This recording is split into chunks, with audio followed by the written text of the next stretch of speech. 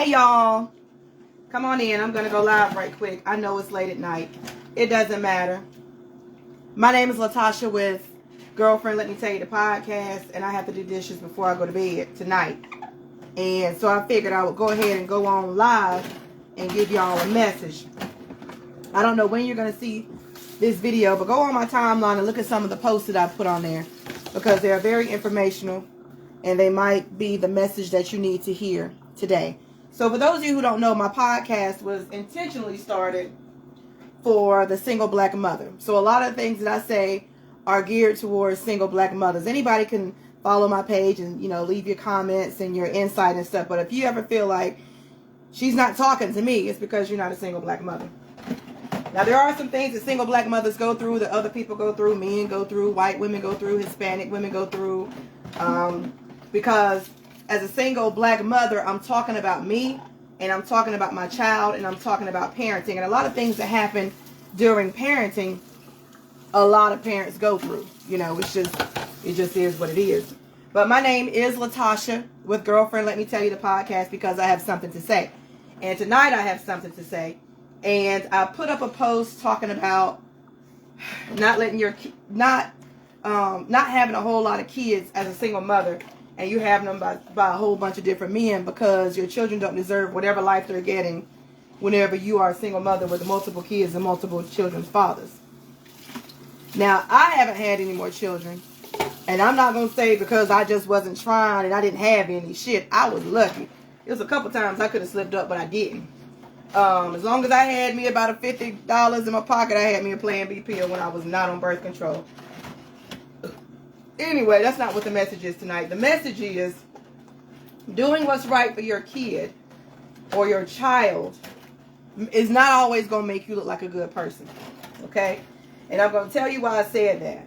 Because as a mother, society has made us feel like if anybody's going to be a single mother, if anybody's going to be a single parent, it has to be the mother. The child has to be with the mother, right? So that puts a lot of pressure on women because if your child is supposed to be with you and there comes a time in your life where you can't have your child with you, maybe your child was taken and put into foster care, maybe your child was taken by a family member, maybe the courts took him away, maybe the father took him away. So if you're one of those people who really love your children and you want to be in their lives, it hurts you. It puts you in a place of depression. It makes you feel like a bad person.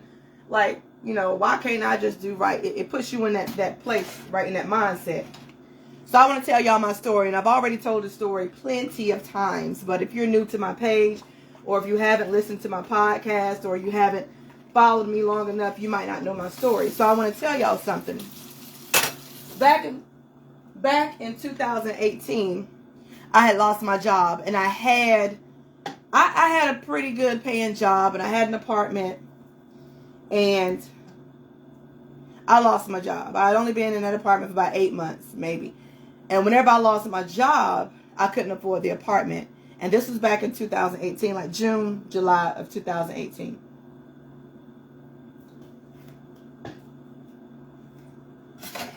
I called my granny. I said, Granny, I lost my job. But if you could, just give me some money so I can pay my rent until I get back on my feet. I guess my granny was like, what the hell? So she said, no, I'm not going to give you no money to pay your bills. She said, it's time for you to come home. Now, at the time, I lived in Greensboro, North Carolina, and my son's dad and I were doing, my son would be with me for a week, he would be with his dad for a week, he would be with me for a week, he would be with his dad for a week. So that was working for us, Even though I was working until about 10 o'clock at night, 10 or so, whatever time I was working at night, that meant that somebody during my week had to go pick my son up from the after school program. But luckily I had friends who would go pick him up. I had family who would go pick him up and stuff. But that meant that he was getting in the bed late because my son was the type of kid. And to be honest with you, he's still that kind of kid who he doesn't go to sleep at everybody's house. So if he knows that I'm coming to pick him up, he's not going to sleep until I come pick him up. So if I got off work at 10 o'clock, then for the most part, he would stay up until he knew that I was at the door knocking for somebody to give him to me, or until somebody dropped him off in my house. Anyway, so during this time, his dad and I, we were doing 1 week on, 1 week off, 1 week on, 1 week off. And whenever I lost my job, I had just paid my rent, I believe. So through July, I think I paid my rent for July. So through July, I'm trying to find a job. I couldn't find a job. So then, that's when my granny was like, well, just come on home. Like, it's time for you to come home. I got a house that you can live in until you get on your feet. And keep in mind, y'all, this is 2018. So my granny's like, come on home. You can stay in my house until you get on your feet. And nobody was living in her house. I am still in that house. It is August now. It was August 2018 whenever I moved back home. It is now August 2023, which is 5 years later. Which goes to prove, anytime somebody says, can I borrow some money until I get on my feet, or can I stay with you until I get on my feet, it'll only be like 30 days, that shit is not true.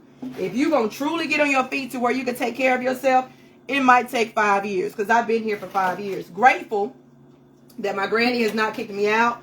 Grateful that she has not given me a time limit. She's like, look, get yourself together, get on your feet. So I've been here for 5 years. And I just got this job that I have now, which is what's going to get me, which is what's getting me on my feet. I've had this job since September of last year, September 12th to be exact. So I'm still getting on my feet 5 years later. Back to the story. So whenever I lost my job in 2018 and my granny told me, come on home, it's time to come home, you know, pack up your stuff, bring it on down the road. So now I live an hour, a little over an hour, right at an hour away from Greensboro, North Carolina. And so since it was August when I moved down here, I figured since I don't have a job and I'm moving back home where I have a lot of family, I have a lot of friends, my son should go to school down here. Now he's been going to school in Greensboro ever since he's been born, because that's where he was born. So I was telling his daddy, like, hey, when school starts, I want him to move down here with me. And during the summer, we were still doing a week on, a week off. So when I had moved home and people saw me, they saw me and they saw my son every other week, right? But I wasn't trying to be seen that much because I didn't want people to know that I had moved back home, okay? So whenever you move from a small town and you're doing good, or you have people thinking that you're doing good, you don't want them to think anything different. Like, how the fuck you end up back in the country? How you end up back down here? So I wasn't out and about like that. People saw me, but they didn't see me, but they saw me enough to know that I was around, but they didn't see me enough to know that I was back home. So we do the whole summer thing, whatever. My son is with me. Well, whenever it's time for school to start back, I tell my son's dad, like, I'm just going to register him down here because I have babysitters. If I get a job, I have people to pick him up after school. I don't have to worry about that like I did in Greensboro. And his dad was like, no, he's going to stay with me. And I was like, no, he's going to stay with me. And my son's dad came to me as a man. Now, keep in mind, this is what changed a piece of my relationship with my son's dad. Because I was the type of person who, I didn't want to hear what you had to say unless you were agreeing with what I had said, or if you were agreeing with my idea or whatever I had going on. If you weren't agreeing with me, I didn't want to hear what you had to say. So when you started talking, I cut you off. When you started talking, I would change the subject. I would get loud. I might hang up the phone, all this stuff. But something on this day told me to listen. So I told my son's dad, you know, I done made my point. Like, you know, in Greensboro, it's just me and you. We don't really have that much support down here. My family's down here. My dad is down here. My siblings are down here. My cousins. If anything, if there's any emergencies, they can pick him up from school. And his dad was like, nah, he's going to go to school up here. Because he's been going to school up here the whole time. His friends are up here. People that he know are up here.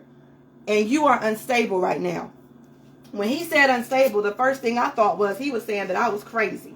Like he was saying I was mentally unstable. Like I can't take care of my own child. That's what I heard.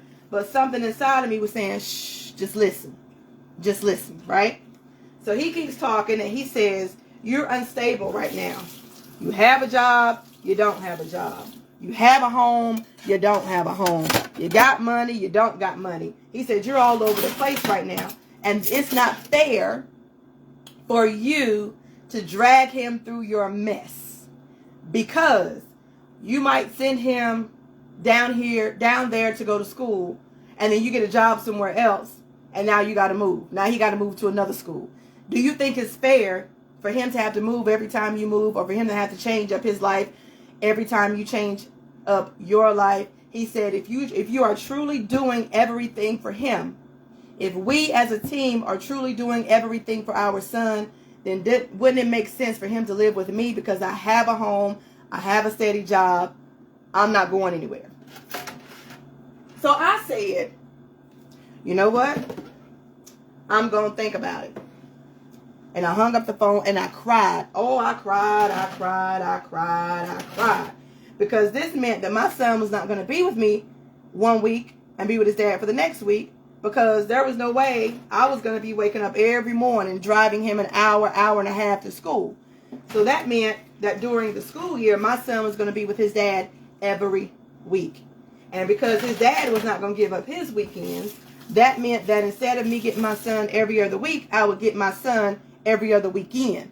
So I went from seeing my son about 14 days out the month to just seeing him 4 days out the month. And I had to take him back to his dad early in the day on Sundays, because his dad was like, he still got to come home, he still got to eat dinner, he still has to bathe, he still has to get ready for the next school day. So whenever you meet me, it's going to have to be around 12, 1 o'clock in the afternoon. And then he can come to me, get himself together, and be in the bed at a certain time so he can be to school, right? So I was like, all right, I guess I can get used to this. And whether I wanted to get used to it or not, that's just what it was. Hold on, y'all.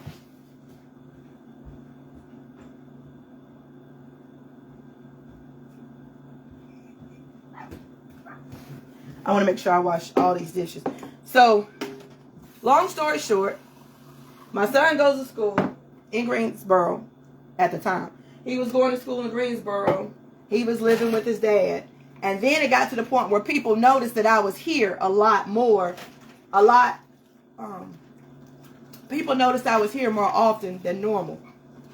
So people were like, oh, you live in Greensboro, but you be down here all the time. And I was like, nah, I live here. So you know the question that came after that, oh, you live here? So where's your son? And I'd be like, oh, he lived with his dad.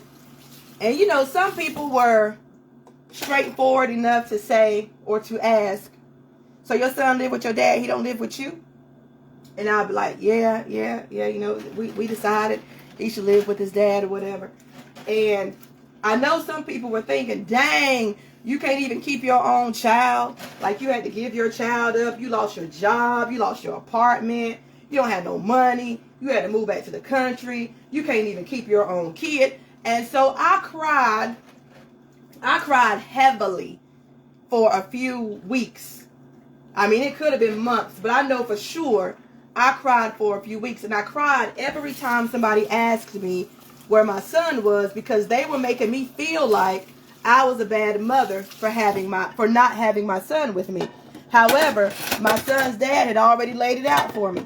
You're not stable. So I had to keep telling myself, as bad as you want your child with you every day, that's not going to benefit your kid, right?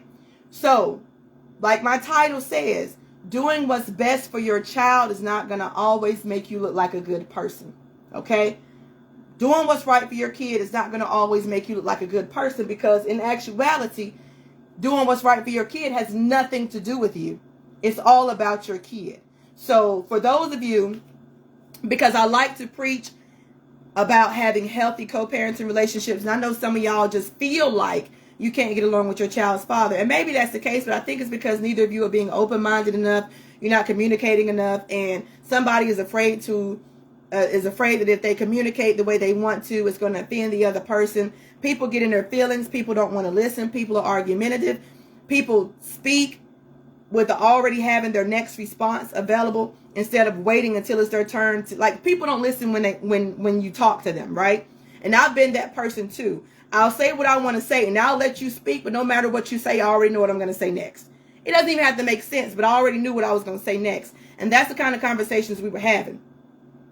So I say to you single mothers out there, I'm not preaching to the single fathers because I'm not a single father. I don't know what the fuck.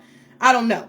But what I do know is I'm a single mother, and I know what I have gone through these past 14 years, and I know what some of you are going through out there as well. So I'm going to tell you right now, just based off of my experiences, shut the fuck up and let people talk, because you don't know what you're talking about all the time.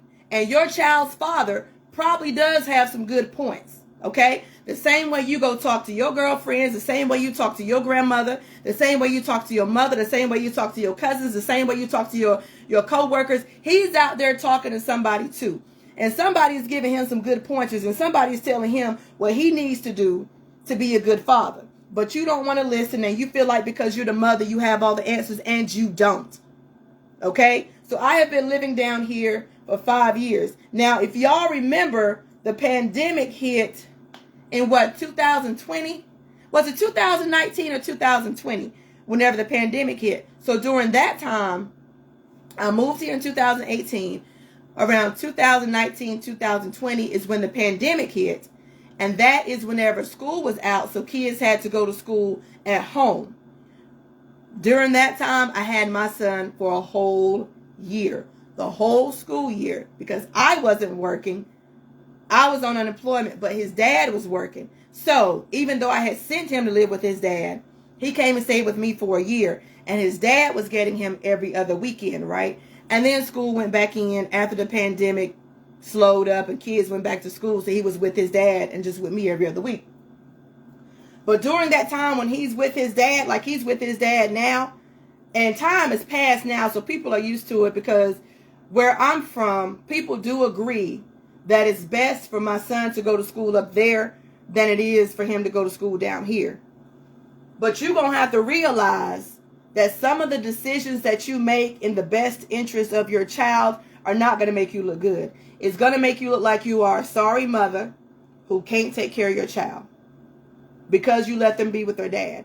If you're one of those people who you want to have a good job that pays good money, but it requires you to work second or third shift, then you might be one of those parents who people say she's never at the parent-teacher conferences.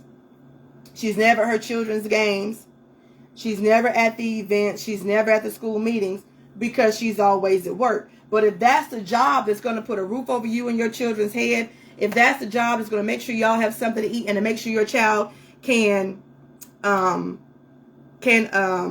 join these sports teams or go on these field trips, if that's the job that's going to make sure your children can do that, that's just going to have to be the job that you take. And you might not be present all the time, but you're doing what you have to do for your child. If you are the type of parent who has a car that is not the most perfect car, but it gets you where you need to go and it gets you where you need to be, and it's not breaking the bank, you don't have like a car payment or anything, and people might pick at you and say, oh, well, you have 4 kids, why are you driving that little car? Okay, so people might pick at you. But the best thing for you to do is drive that little car, get your kids in there, make sure all of them can fit in seatbelts, because that keeps you off of the city bus with weirdos, and that also keeps you from paying a whole lot of money to take taxi cabs or Ubers or Lyfts or whatever it is. So doing what's best for your kid is not going to always make you look like a good person. But that's when you have to tell yourself, I'm doing this for my kids, and I don't care what I look like. And here's something else. My child is 14 years old. And if you have a teenager, or if you are a mother, a single mother, and you have adult kids, like they're in their 20s, 30s, 40s, you realize time really flies by. While you're over here worrying about tomorrow, or you're worrying about yesterday, or you're worrying about last month, or you're worrying about next year, time is still going by. The seconds are passing, the minutes are passing, the hours, the years are passing by. 14 years snuck up on me. My child is going to the 10th grade. And I remember when I was worried that I was going to miss a whole lot of his kindergarten year, because at that time, he was going to school in High Point, and I lived in Greensboro. So in order for me to get to his school, I don't know if y'all have a PART bus where you live, but the PART bus is public transportation, but it's not within the city. So it takes you from one city to another city, right? So in order for me to go to my son's school, also I worked in High Point, but that meant I had to take, at the time, I took the bus to the depot, and I took that bus to a bus stop, and I think that bus took me to another bus stop, which was the depot for the PART bus, and then I had to take that bus to my son's school just to get to a city over. right? So I had to set aside like 2.5, 3 hours to get to my son's school because buses are in no hurry. They just have a route that they go on. And I remember being worried, oh my gosh, I'm not going to make it to this, I'm not going to make it to that because I got to take all these buses to get there. My son's dad is not going to pick me up. He's going to be there. Or I had to go to this parent-teacher conference and I got to catch up. It was crazy. But it seems like just yesterday I was worried about that. It seemed like just yesterday I was worried that I wasn't going to be able to get all the stuff on my son's school supply list. I got everything though. And now he's in high school. Time flies. So it's going to be some moments where you're going to look like the best mom in the world. You're going to seem like you deserve an award. And there's going to be other days where you're going to feel like the sorriest person on this earth as a single mother. And I have experienced those feelings and those emotions as a single mother of one child. So imagine if you have multiple kids with multiple dads. And also imagine none of those dads are present in your child's life. Or imagine those fathers are present in your child's life, but you still have to juggle the kids. You got to juggle the fathers. You have to juggle the schedules. You have to juggle the availability. You still have to juggle everything, right? So what I'm saying to you is, when an opportunity comes for you to give your child the best that they can have, take yourself out of the equation. You have to always think, this is for my kid. I might look like a bad person because I have to have a babysitter 5 nights out the week because I have to work until 11 o'clock at night. You have to look at it as, I may not get to have dinner with my child every night because he or she is with a babysitter. You might have to look at it as, I might not be able to go to my child's basketball games or my child's award show because I have this job that has this crazy schedule. Like, I've worked schedules that went from 9 in the morning to 7 at night. What the heck? You know, I've had schedules that go from 1 in the afternoon to 11 o'clock at night because they give you an hour break and they feel like, oh, we're helping you out by giving you an hour break. No, an hour break means I have to be at work longer. And the crazy thing is, whenever I was, when my son was younger, it seemed like I always got jobs that trained us Monday through Friday, 8 in the morning to 5 in the evening. And then they say, this is the schedule that we have available. But then whenever you get the job, it's like, oh, we don't have that schedule anymore. That's for tenured employees. So you have to work this crazy schedule. It's going to take you away from your family. That's how it always was. But I just texted my son earlier this evening because his 15th birthday is coming up. And I was asking him what he wanted for his birthday. And then I put, okay, I love you. And he said, I love you too so very much. And I put, I know. I always say I know. Because I do know he loves me. But he has seen me, baby, he has seen me unemployed. He has seen me with a job. And my money didn't last to the next paycheck. He's seen me go to other people's houses so we can have dinner. He has seen me eat leftovers for 3 days. He has seen me on the bus. He has seen me miss the bus. He has seen me asking for rides that never showed up. He has seen me get a cab and spend our last little money on it. He has seen me when we had food stamps. He's seen me where we only had ramen noodles. He's seen me have friends that really didn't care about me. He has seen, oh my gosh, a whole lot of babysitters. A whole lot of babysitters. Which is still a blessing because there's a lot of people who can't get a babysitter. But I was trying to deal with people that I trusted around my kid. So if there was ever a day where I'm like, look, I need you to watch my son for a couple hours, or I need you to watch him for a few days. Not like consecutive days, but I need you to watch him Monday when I get off work. I need you to watch him Tuesday when I get off work. I get it when I get off. I've been grateful enough to hang around people that I could trust around my son, whether I was present or not. But he has been through all of that. And now he's watching me get back on my feet. Because when it's time to buy him something, I can buy him something. And I don't have to say, oh, well, just wait till the next paycheck. Or I don't have it right now. Or you don't need that. I haven't had to do that in a long time. And it feels good. It feels good to just be able to do what I need to do. However, I still haven't moved. So he still lives with his dad, and I'm working on getting a new home. And that'll happen when it's supposed to happen. But I just want to let y'all know it's going to be some decisions that you have to make that's not going to make you look like a good person. But you have to ask yourself, this is not going to make me look like a good person in front of who?